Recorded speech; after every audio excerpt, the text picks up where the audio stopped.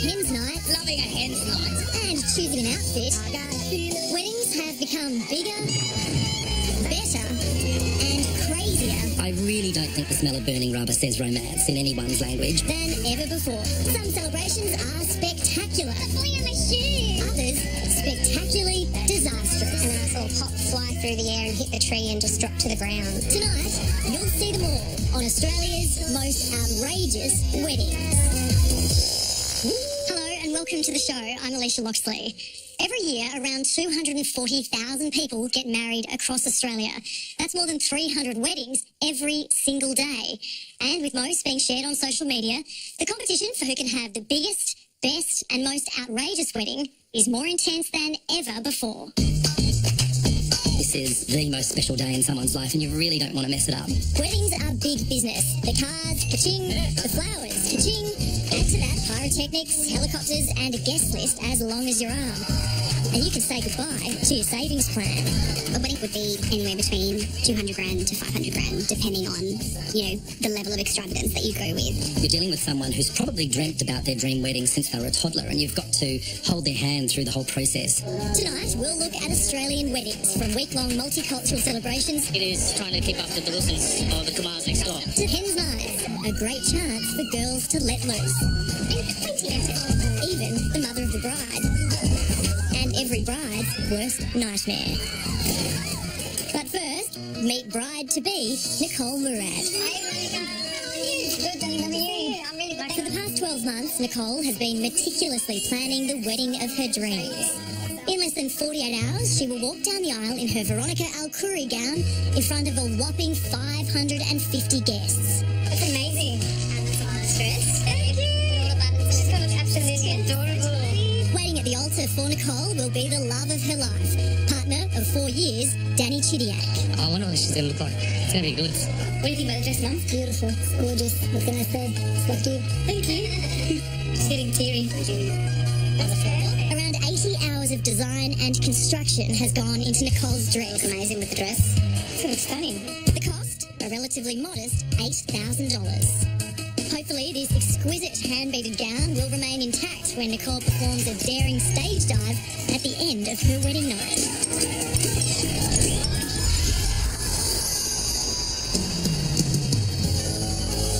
One of the most outrageous wedding dresses we've ever seen in this country was worn by Jana Elfes. Her inspiration, a Guns N' Roses music video. I really liked the film clip November Rain, and I've always had said to my dad, I really like the short dress at the front and long at the back. The groom was Costa Elfes. Here's what he had to say about his bride's dress. I was in a bit of shock. I turned around, I was looking, I went, wow, bit short. Okay, but she looks hot. Yeah, she looks good. It's fun to have a theme, but you don't want a theme that in 10 years' time you're going to look back and with horror at what you wore on the day. You really want something that's timeless. So, following what you've seen in a music video may not be the way to go for every bride. Later in the program, we'll catch up with Jana and Costa to see if their pink and black wedding was the beginning of a beautiful marriage, or their love ran its course. From an event producer's perspective, weddings are really tricky and they're quite challenging because you're often dealing with first-time clients, people that have never really done an event before. Anthony Spanbrook is in high demand around the world. Bruno Mars, the Black Eyed Peas, and Alicia Keys are just 3 acts who performed at one extraordinary wedding he created. And although Anthony produced the opening and closing ceremonies at the Athens Olympic Games, he claims nothing is as daunting as a wedding. You'll often have brides that have dreamt of their wedding since they were toddlers. And sometimes that's quite difficult because people don't like to hear no and they don't like to tamper with this dream that they've always had. It's the morning of Nicole and Danny's big day. Soon they'll be joined together in holy matrimony in front of hundreds of well-wishers. Every bride tells me that, actually. Once they see their man at the altar. I can't wait. Everything changes, yeah. I'm actually feeling good. Calm. Not nervous yet. It hasn't hit me. I think when I put my dress on, I'll be a little bit nervous. Danny and his groomsmen are getting ready at his family home, but his thoughts are well and truly on his bride. Nicole, from the moment I met you at Star Casino, you're one great bet. Lebanese weddings are big, loud, dramatic, emotional, vibrant, fun. And the outfits, elegant and alluring. A wedding invitation is an excellent excuse to shop for a new outfit. Lebanese most weddings are glamorous. Even if it is casual, we still buy our designer dresses because there's the photographs. Zuka Alameddine owns OMT Formal Boutique in Sydney's western suburbs. Her clients range from wedding guests to brides. If someone did a better wedding, we want to compete. We always try to outdo based on who we follow on Instagram, who we follow on Facebook. It's a huge challenge because anyone out there can see a great number of lavish weddings and what people have done, and so the challenge is how do you go harder and better and bigger. In addition to 2 photographers, there are 2 videographers capturing every moment. But everyone's acutely aware of the post-nuptial embargo on social media. Meanwhile, at the groom's house, a traditional pre-wedding party is underway. You've got the drama there, you've got music there. Danny's extended family go to Nicole's house. This is a symbolic handing over of the bride to the groom's family. It's a time of mixed emotions for Nicole's parents. Happy for their youngest daughter, but sad to see her leave home. As they head off in a vintage Rolls Royce, the groom is also on his way, fulfilling a lifelong dream of travelling to the church in a red Ferrari. Ready to get married, Nicole? Yeah. You ready to give her away? Well, not really, I'm not ready. You go to the airport? Why not? Coming up, burnouts and girls gone wild.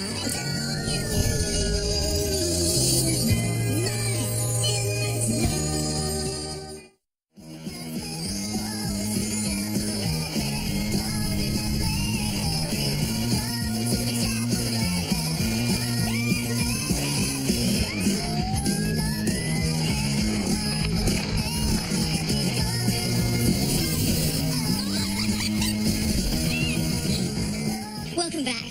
There are all manner of ways to arrive at the church on time. Our bride and groom have revealed a little bit more about themselves with their vastly different choices of transport. Cars are a really important thing because everyone knows that first impressions are everything, and when people see the bride get out of a Morris Minor versus a Rolls Royce, it really does set the tone. Inside St Charbel's Church Punch Bowl, Nicole Murad and Danny Chidiac exchanged their vows. Both devout Catholics, they're honoured to have the bishop marry them.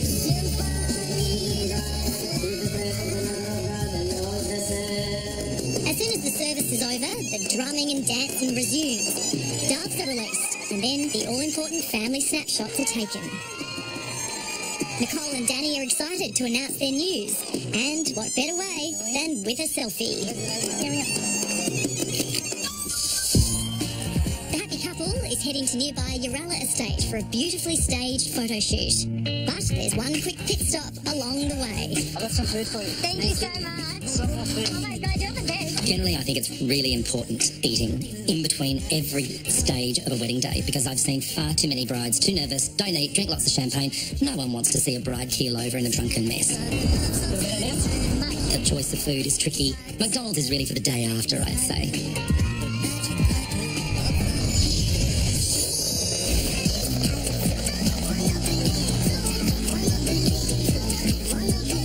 There's a lot of pressure when it comes to the wedding day, as I said, because people have built up to it and they want things to be just so. Former Deputy Mayor Salim Mahaja and his bride Aisha were enjoying their perfect day last August, and then police turned up. Strangely, it wasn't the helicopters and bikies that drew police attention. It was $50 million worth of luxury cars that stopped everyone in their tracks. That means not their cars. The new cars, the exotic cars, the Lamborghinis, the Ferraris, the Mercedes, any car that's 100k plus, it's in there.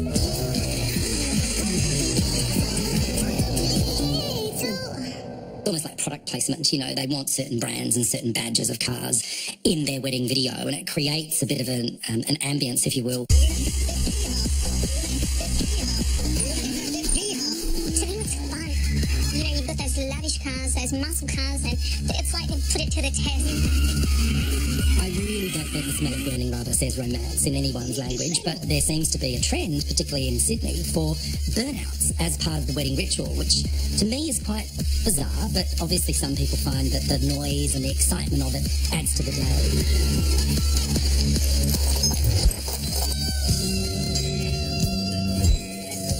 Steve's a very creative creative, flamboyant, motivated person.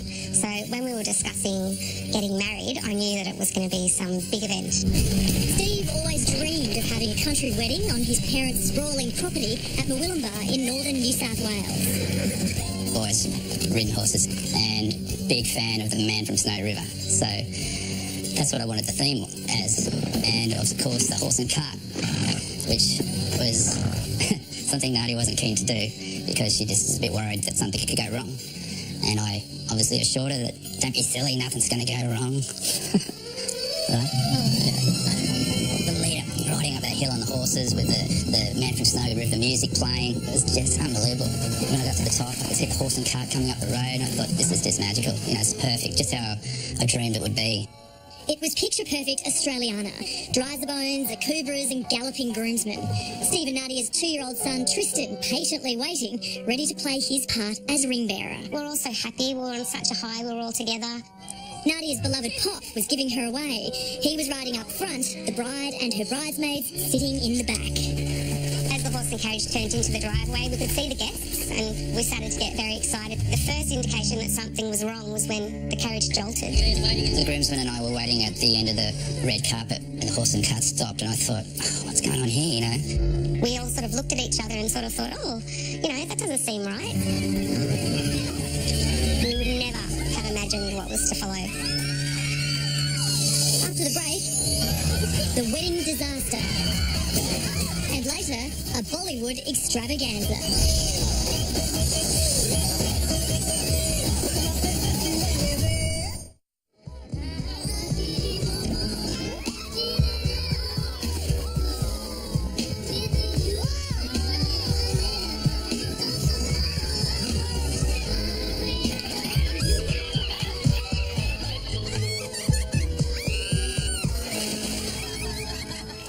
Welcome back. On your wedding day, you want everything to be perfect. But even when you've planned every last detail, the unexpected can and often does happen, especially when animals are involved. Steve Maxwell always dreamed of having a Man from Snowy River themed wedding. His own grand entrance complete, he was waiting for his much-loved bride, Nadia. She was arriving by horse and cart with her bridesmaids and grandfather. Horse and cart stopped and I thought, oh, what's going on here, you know? Yeah, the horses were losing their footing from the steep driveway. We all sort of looked at each other and sort of thought, oh, you know, that doesn't seem right. And then the carriage going backwards, we thought, oh, something's really wrong here. And then they started slipping back and then you put the foot on the brake and just jackknifed over it. All I remember was sort of hitting the ground. It was very surreal. It seemed like it was all in slow motion. And then I saw Pop fly through the air and hit the tree and just drop to the ground. From where I was standing, it looked like they'd all been crushed. So I ran over there as quick as I can. Luckily, Nadia wasn't hurt, but the poor old grandpa was had dislocated his shoulder. You get that? Yeah. He was just in true Pop form, making jokes, you know, cracking jokes about his dirty shirt and trying to make everyone else feel all right in the situation. When really he was actually really badly hurt. An ambulance took Nadia's grandfather to the local hospital. With the wedding now officially a disaster before it had even begun, Steve and Nadia faced a difficult decision. They thought about what Pop would want. He'd want me to be happy, so we opposed ourselves and we went ahead with the wedding. Will you accept this ring and be my wife? That's what I want to say. It was unbelievable that when the cart had tipped, we all sort of landed in these wet, muddy bushes. My dress was pure white, and I didn't have a single mark on me. Not wanting to miss his granddaughter's big day, Pop checked himself out of hospital and returned to the reception, his arm in a sling. So what was a real tragedy and a really horrible moment actually, you know, sort of turned itself around. He made it back, so we still got our moment together in the end. One of the biggest hurdles in our marriage happened the day of our wedding. Yeah, we got our anniversary at the end of this year, in December. So I thought, what better way to celebrate and go for a horse ride?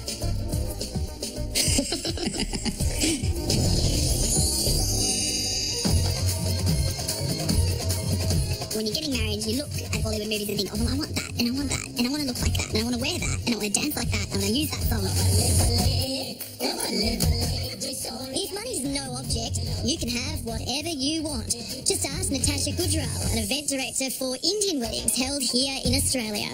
Indian weddings in Australia, they are huge. They're extravagant, they're big, they're colourful, and they're a lot of fun. Bride-to-be Mrithla Shankar and her Chinese-Malay fiancé Alex Un are about to embark on a week-long binge of celebrations, spending around $300,000. The Bollywood-style dancing night as part of an Indian wedding is the Sangeet. All the family, friends get together and everyone just has a lot of fun. They just let's live. Indian weddings and Indian culture is so warm and so embracing that anyone who's traditionally not from that background, they get sucked into it as well. Wearing colourful silk and showing off their well-rehearsed Bollywood dance moves, Alex's family and friends look to be enjoying themselves nearly as much as he is. It can be a dance-off as well, so the groom side can have their dances prepared, the bride side can have theirs prepared, and often it becomes a little competition between the two.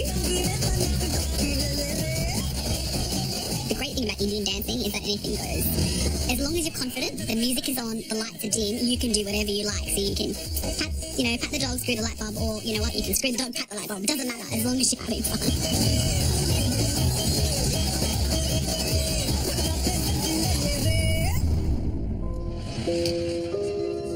Alex's second celebration of the week is the Mehendi or henna ceremony. Mehendi actually means henna, so that's the actual traditional dye that they use to create those patterns on the bride's hands, and that's the name of the ceremony, the Mehendi ceremony. Traditionally, it was only for women, but Mrith's father and host Krishnan lead the way, showing his guests it's just another chance to eat, dance, and be hennaed. All brides get bridal henna for their wedding. My mum's best friend came from India to do it for me. The letters of Alex's name are hidden in Mrith's ornate design. The groom must find them before he can spend the night with his wife. He was like, can I see your henna? She's like, no, you can't see my name yet. That was so nice.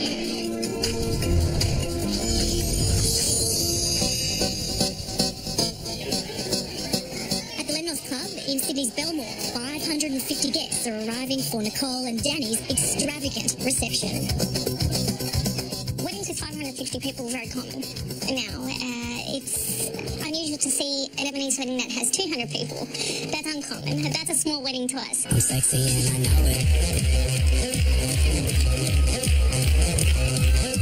Sexy and I know it. Gone are the days where the wedding singer says, please welcome to the room Mr. and Mrs. So-and-so. Now it's, horses and doves and fire and cannons and all sorts of crazy things. Sexy and I know it.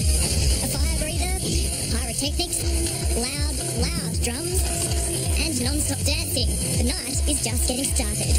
With top-shelf spirits on every table, this is sure to be one hell of a party.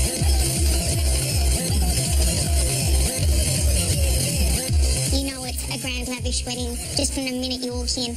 From the flowers, to the decor, to the reception, to the dress, to the cars that are waiting outside. When I saw Nicole walking down the aisle, she looked glamorous. It's like it's like a dream come true. I had to hold back my tears, and I knew I was for that. And thank God I found her. And I just can't believe it. It's hit me.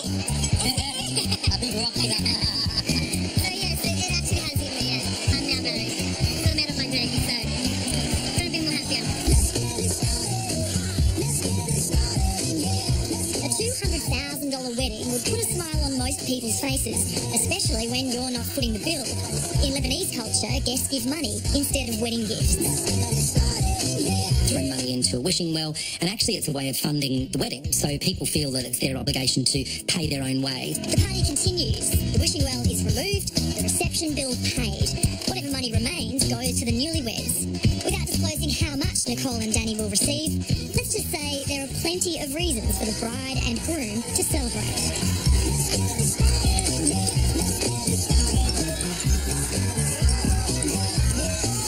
After the break, who let the girls out?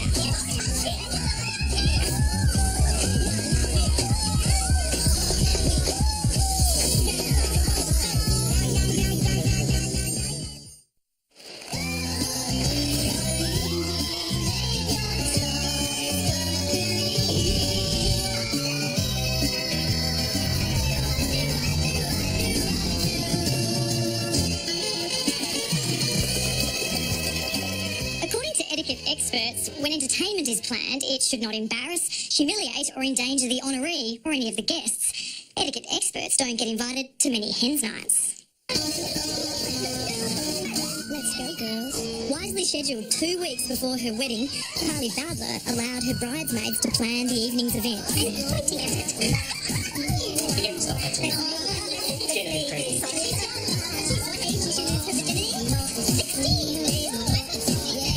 Well, I'm one of the topless waiters with Get Loose. I've seen some crazy things, and I can tell you what, these girls absolutely love it every single time. Tyson's life drawing class requires pens, paper, and a naked man. An artistic bent helps. However, bottomless glasses of booze get the creative juices flowing. Hello, ladies. How are we? Oh, really? So, ladies, we're going to try this.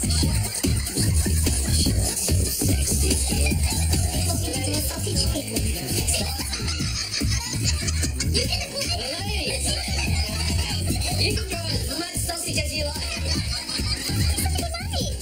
am. I'm so proud of my team. I'm so excited.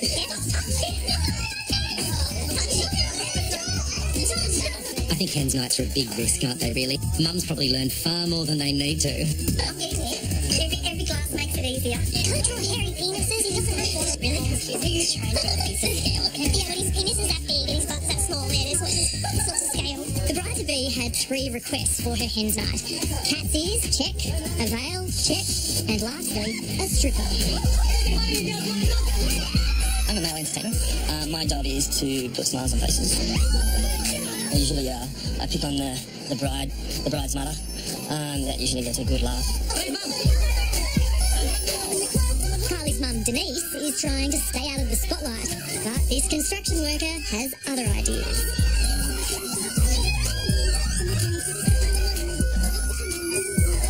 Soon-to-be mother-in-law Carol is also roped in, clearly more receptive to the entertainer's overt charm.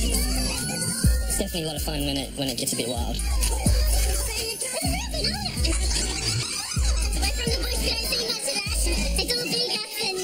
Photographer Tori is from Cobar in central western New South Wales. She has travelled 8 hours to be here tonight. Every time I've been in Sydney, I'm having a blast. It's the best time I've ever had.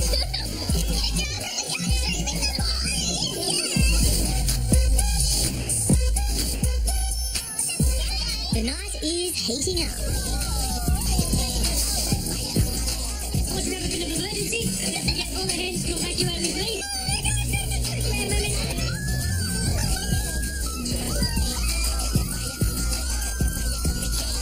Entertainment truck engine number 9 takes the party to Sydney's busy streets. The music is pumping and the girls have their own travelling stage. Some observers aspire to join in, others remain oblivious. Ladies, I'd like to officially welcome you on board engine number 9 tonight. I hope your host there, fireman Johnny's been looking after you.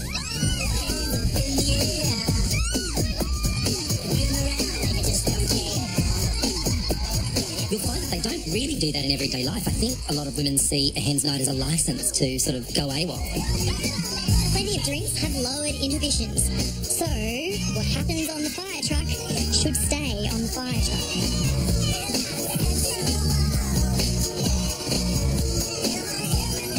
Loving a hens night, always the best. Carly's Hens Party has been a great success. I had an amazing time.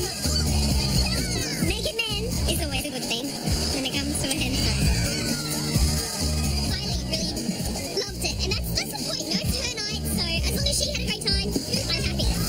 As for Tori from the bush, well, we don't think she'll be forgetting her first trip to Sydney anytime soon.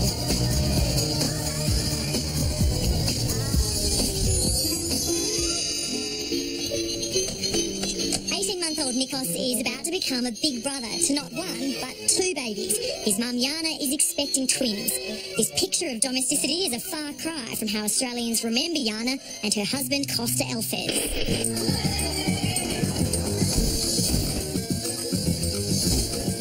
Our wedding was talked about because it was a bit different back then. It was a little bit outrageous. The wedding became an internet sensation, the first Australian wedding video to go viral and make international headlines. Ireland or somewhere had called me and did like a short interview. Like, it was really weird. We had friends in Dubai and stuff like that that had heard about it, so it was really, yeah, it was really unusual. The bride and groom and couldn't understand all the fuss. A small wedding by Greek standards with only 220 guests, organised entirely by Yana, who stuck to her own unique sense of style. I just always have loved black and pink. I think Yana was a little bit into, all the Playboy stuff. Just how we wanted to celebrate our wedding. The colour scheme of a wedding is really something that's quite particular, and obviously when it came to Yana and Costa, they chose a very black and pink colour scheme. From the low-cut dresses to the polka dot cake and even the Hummer, all adhered to the eye-popping colour scheme. We needed 3 limos at the time because we had a big bridal party of 14. When it came to interpreting the colour scheme for the groomsmen, I just think that a V-neck t-shirt under a jacket should never be seen anywhere, ever. I was wearing a white suit, all white suit, just so I could stand out. I think it was unfortunate for Costa that it wasn't a little bit better tailored. I think he looked a bit like Colonel Sanders, actually. Yana's dress was a showstopper. Kogarah's Greek Orthodox Church has never seen anything quite like it. The priest was there, he said, turn around and look at your beautiful wife. So I've turned around and seen this dress and gone, whoa, am I lucky? My head was extension. I did have a lot of extensions in my hair to make it thicker and nicer. It wasn't just Yana's grand entrance at the church that had jaws dropping. Inspired by their love of wrestling, Costa and his sparkling new bride's entrance into their wedding reception could only be described as a slam down. We walked into, it's Triple H's song that he walks into, time to play the game. But we're still playing the game, so that's a good thing, I suppose. It took the bride and groom 2 years to pay off their $70,000 wedding, but they say they'd do it all again in a heartbeat. It's still the best day of my life, yeah, other than have the birth of my son, I must say. That don't will change everything now. After the break, the groom rides a white horse through the middle of the city. Get up on your horse, get dressed up like a prince and ride your horse down Short Street.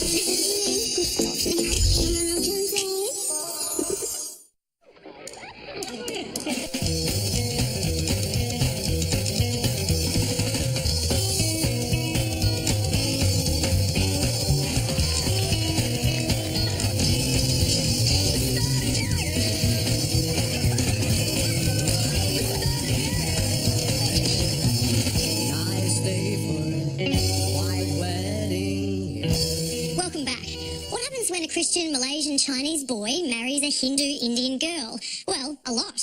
They've already had their dance off and henna tattoos, so now it must be time for the boy to ride his white horse through the middle of the city.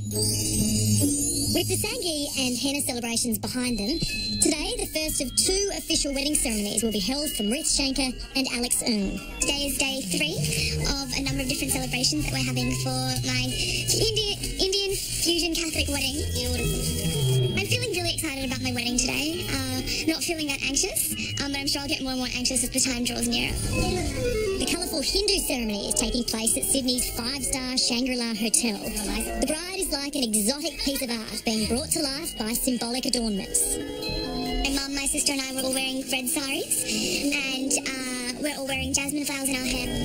In Hinduism, red's the colour of love, marriage, abundance. Basically everything positive is red.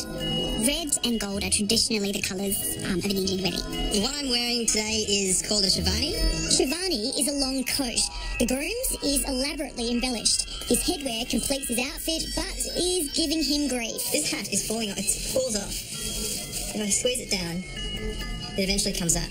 The significance of the turban is, again, to mimic royalty, to have your head covered respectfully and basically to make you look like a prince for the day. It looks great. It doesn't feel very comfortable. Alex's parents are from Malaysia. This Hindu wedding is their first.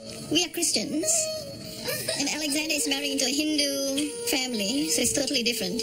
I myself have never attended a Hindu wedding.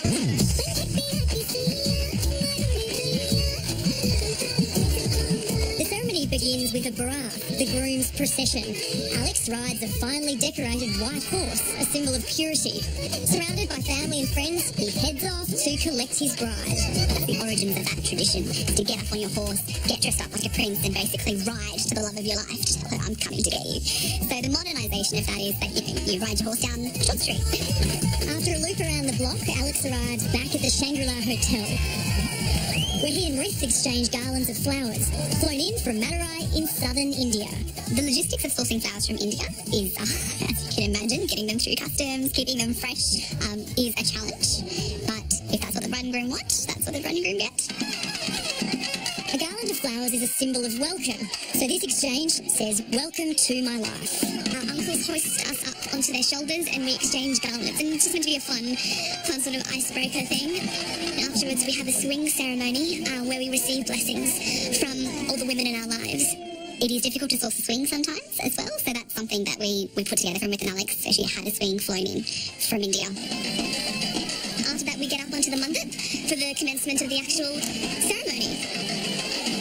They walk around the fire and they say their vows to each other, and the priest chants certain auspicious notes. And once they're done with all of them, they're officially married. So that's the moment that you're husband and wife. Second to actually getting married to the love of my life. The horse is the second of my life. An Indian wedding, it's a perfect opportunity to throw things at people. Usually it's flowers and rice and water. And it signifies blessing the couple with abundance. Food is one of the most important things at any wedding. It's something guests always remember and like to talk about. Indians consider buffet food as more elaborate food. It's considered royal, it's considered glamorous, as opposed to a plated continental or plated modern Australian meal where you'll have one plate and you'll have 3 pieces of prawns. This event in particular was average in terms of size. The largest wedding we've done is around the 2,500 people mark. Today's Hindu ceremony has gone off without a hitch, which is lucky because the bride and groom and their 360 guests are fronting up again tomorrow for a Catholic church service and another reception. Today's function, for example, was a vegetarian, non-alcoholic event for religious reason. Tomorrow's event is a large-scale seafood, fusion-based cuisine with the bells and whistles when it comes to the alcohol.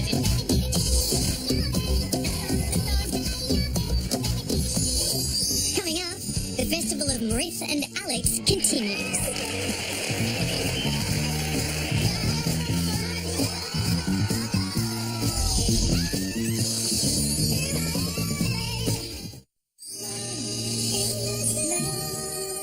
Welcome back. It's been a week since Rith and Alex began their magnificent wedding marathon.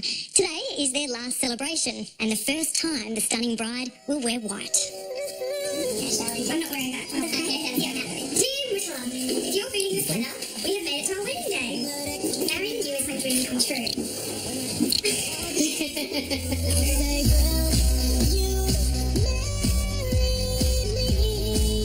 We were married yesterday, but today we're having a Catholic ceremony here at Riverview at my old school, St Ignatius College in Lane Cove. This ceremony is to honour Alex's Catholic beliefs. His father Anthony is particularly excited about welcoming an Indian into his multicultural family. James is my son-in-law, and James is actually he's not Chinese, he's Egyptian. So now I can claim the Great Wall of China, I can claim the pyramid in Egypt, and I can claim the Taj Mahal. Rith is waiting in the wings with her father, Krishnan, while the stragglers make their way into the church, or as she calls it, the hall. I'm not nervous about being married, I'm just nervous about everyone going into the hall. They're just standing there, so this is just a continuation of those festivities. Yeah, Festival of Rith. Festival of Rith.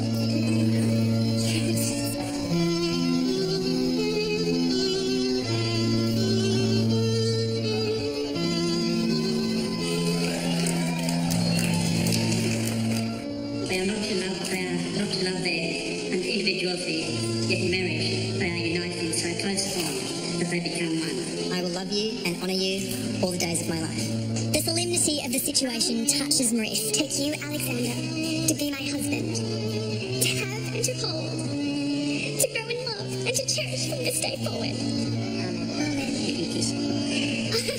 But she's quickly laughing and dancing again.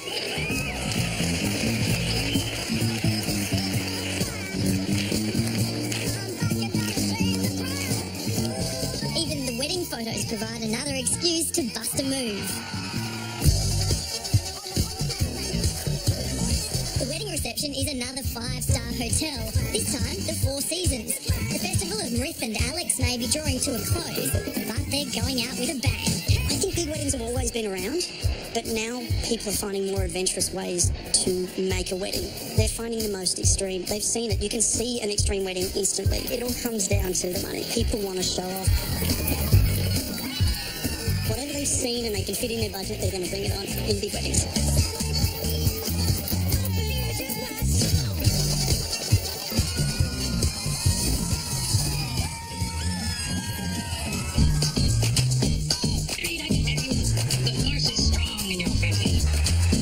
Your wedding will be one of the most memorable days of your life, so personalise it and make it special. Because you never know how many people will end up seeing it. I think that every bride and groom need to make sure that they have the wedding that they want. If you want it to be big, go big, but do it carefully.